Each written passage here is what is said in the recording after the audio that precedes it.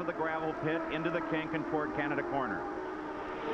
That carousel was a graphic description of just how much better Michael's car handles over Cheever. Look at Danny Sullivan, though, trying to get through this traffic. Sullivan catches him. Car well off the course and over the mound. We don't have an identity yet.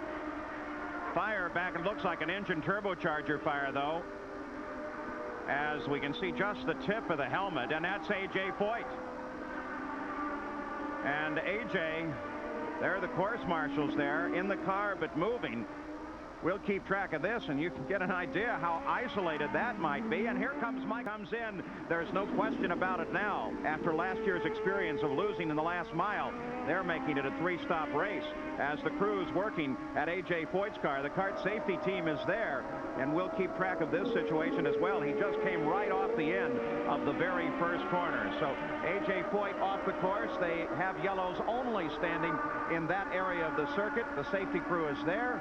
And Michael Andretti leads here. These are all at the A.J. Foyt situation, and this will delete some of the course coverage. They're not going to take the chance. Nick Finoro has the red flag. The field will roll to a stop. So at Elkhart Lake, A.J. Foyt in a serious accident. The red flag displayed, and the race comes to a halt. Just off the end of the first turn, and with all of the safety equipment that is parked there, they move him very carefully. An air ambulance is sitting only a few feet away. He will be moved directly to that air ambulance and then taken down to Milwaukee County General Hospital.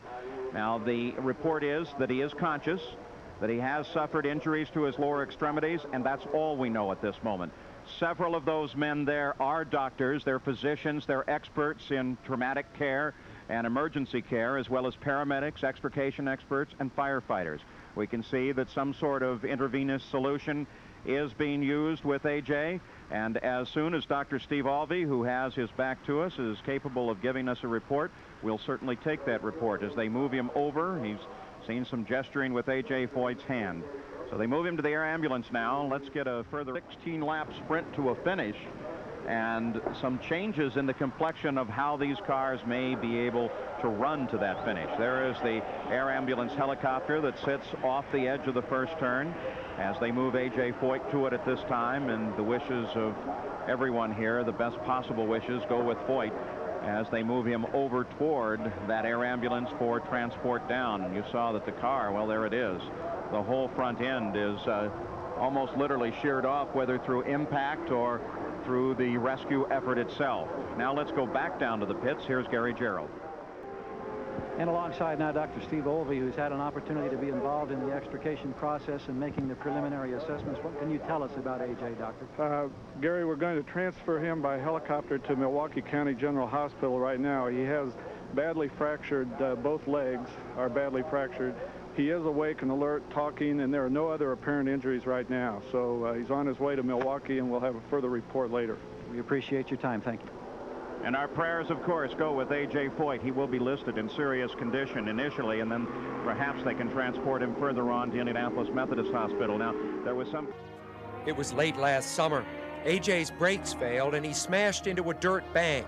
His legs and feet were crushed, and in his pain, he had a dream, and he thought his dad was with him, even though he knew his dad was dead. When I got hurt, I felt like I talked to my father. I know that sounds crazy, but like he come there, he talked to me, said everything's gonna be all right, and then he just disappeared again.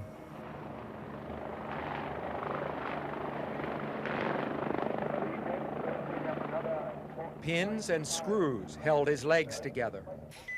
1, 2, 3, 4, 5. Then a strange thing happened. A.J. realized getting better would be a challenge a lot like the old days when he was able to do the impossible. There you go, that's better. Although he was by now 56, he amazed his doctors with his tolerance for pain, and the more people said he wouldn't be ready for Indy, the more he wanted to prove them wrong. Now, come on, you gotta go now. Come on, that's a better ball. Come on, push! It was a race against time, and he won. The track is open for qualification.